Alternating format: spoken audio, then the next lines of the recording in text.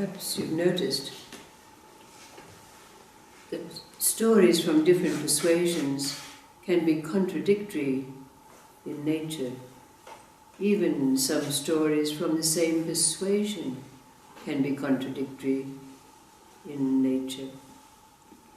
But could it be said that the symbols contained in every story are universal in nature, common to all? So to add some ingredients to our pot, bearing this in mind, having experienced it at our workshops these last 2 days, how it brings about an answer for us to the questions that have been posed. There was a Zen master who was about to leave the body, and a successor had already been chosen. So a ceremony was arranged to enable the Zen master to pass on his staff and his robe to this chosen successor. But before the ceremony took place, the Zen master took out a book, and he was about to hand it to his proposed successor. And he said to this successor, "This book contains all the knowledge of the teachings that have been imparted to you." And his successor said to the Zen master, "But master, all of the teachings have been transmitted directly. So what need is there of a book?" And with that, the successor, taking the book in his hand that was being handed to him, threw it in the brazier that was warming them. And it immediately, being of papyrus, went up into flames. The master jumped up and said, "What are you doing?" And his successor replied, "What are you saying?" And there's the story of a king who himself was about to depart the living domain. And he called his son, the prince, to him, and taking from a box wonderfully inlaid a book wrapped in green silk, and he handed it to his prince and said, "This bears the knowledge of our history. Read it and learn." Now the king passed from this realm, but the prince, who was now a king, was so busy. First there was his coronation, and then there was the choosing of a wife for him, Fatima, and the ceremonies that went on with the wedding, the feasts, and so forth. And after that there was seeing the hordes of people who came to him with their needs and their troubles and their desires. So there was no time to read. But the years passed, and suddenly the king remembered. So he went to the inlaid box in which the green silk wrapping of the book was now somewhat faded, And he thought, this is the time for me to learn the knowledge that the book contains.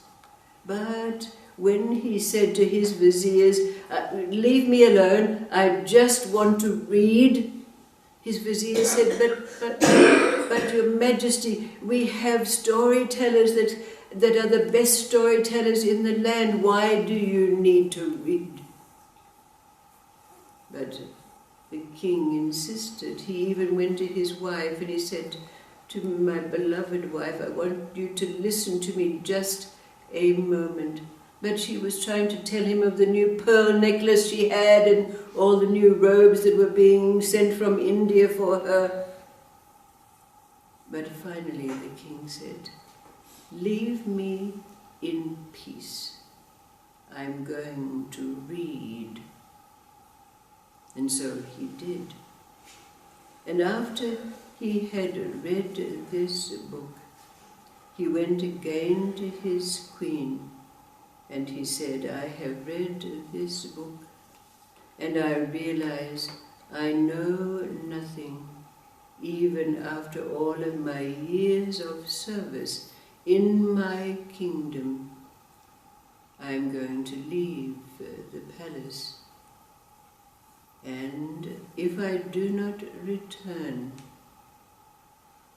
teach our son, who will take over the place of the monarch of our realm. So, donning the patchwork robe of the seeker, the dervish, the king set out, and many years passed.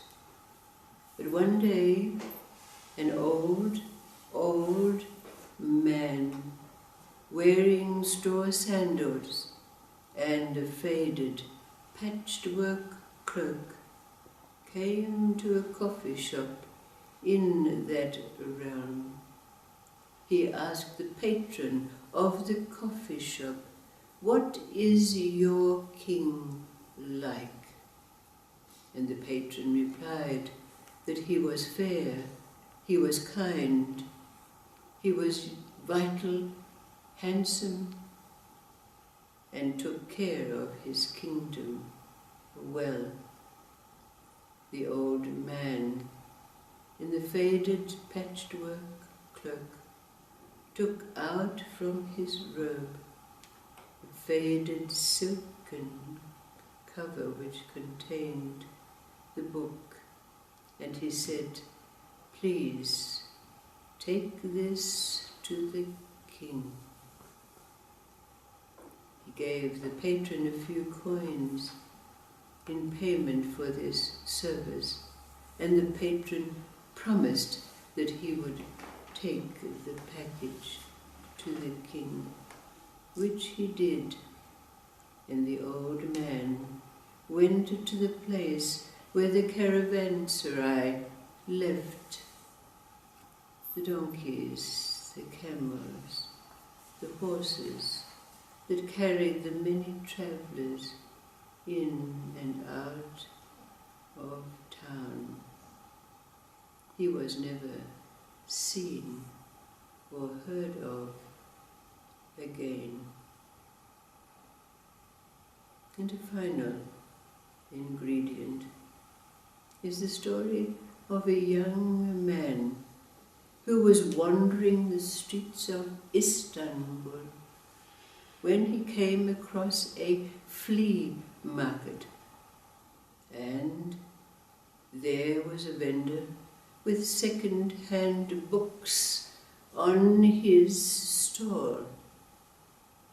The young man was very surprised to find that amongst the many volumes there was one written in his language. He picked it up for a few coins.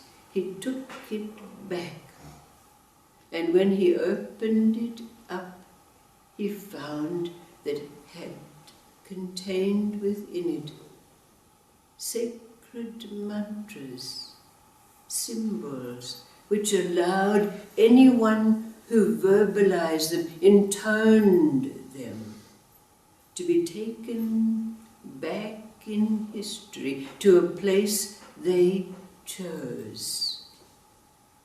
So the young man, intrigued, intoned a mantra and wished himself back in a historical period. There, in that time, he found that all he had learned, all he had been taught, was totally wrong. Because in that place he experienced the true history of how life was. But in turning again, he brought himself back into the present in a state of utter confusion. So he went, being of a particular faith, he went to his bishop and he told him his dilemma. And the bishop was aghast. How could you read such a book? Give it to me, I'll take care of it. Think no more of this. So the bishop took the book and placed it on his coffee table. Every day he passed the book, intrigued by the story that the young man had told. So one day he could not resist. He sat down in his chair, he opened the book and read there the symbols that would enable him to intone and take himself back in history. So, making the incantations, he found himself in a dark, dark place. And after some while, when his eyes became accustomed to the darkness, he found that he was in the midst of beings wearing fur around their shoulders, animal skins. And he realized that these were unbelievers. They knew nothing of knowledge. And of course, being as he was, he felt that it was his duty to teach these almost animal-like beings. So he spent a great deal of time teaching. But because time had passed, he forgot the incantation, the intonations that would take him back in time to the place from whence he came. And as far as we know, he remains there still. But the book itself, because there was no bishop there, found itself back in circulation somewhere in the world.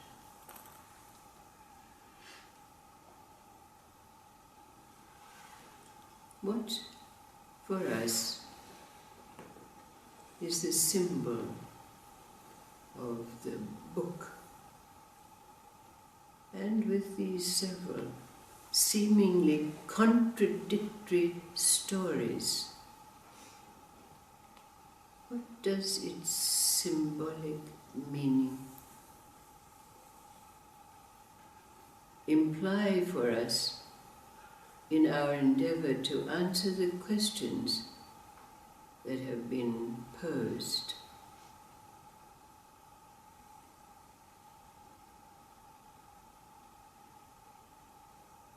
What, for us, is the symbolic meaning of books?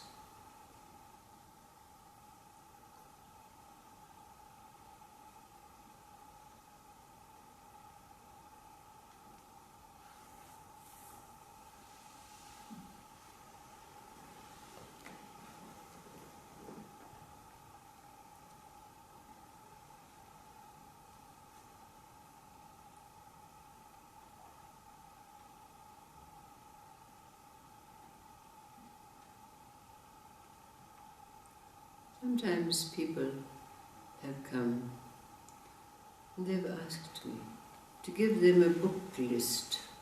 What should they read? Can you imagine what answer was given to them?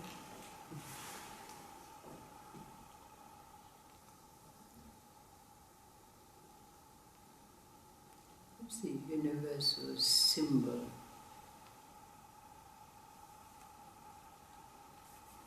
Book.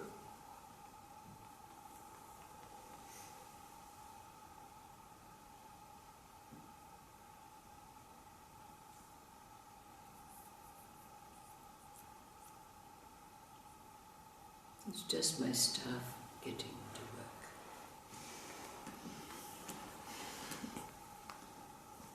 It stirs. It can, well, it can cut you down at the knees.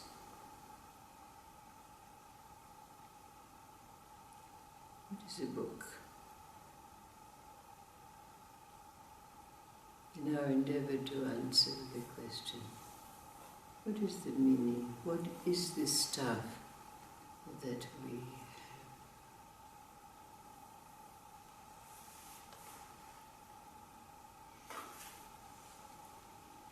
Thank you.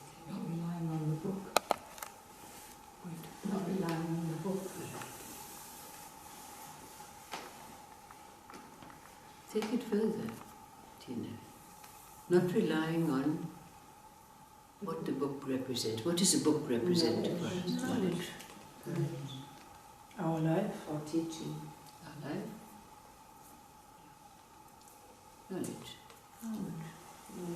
Someone teaches truth.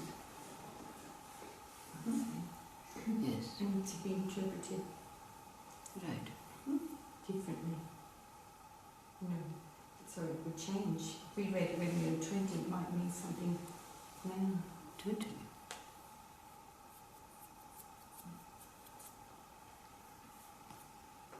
So what do we get out of these stories then? Contradictory in nature as they are.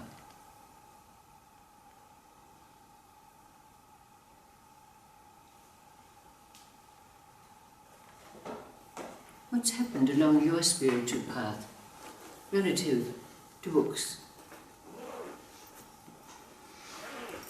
They've lost the meaning. Right.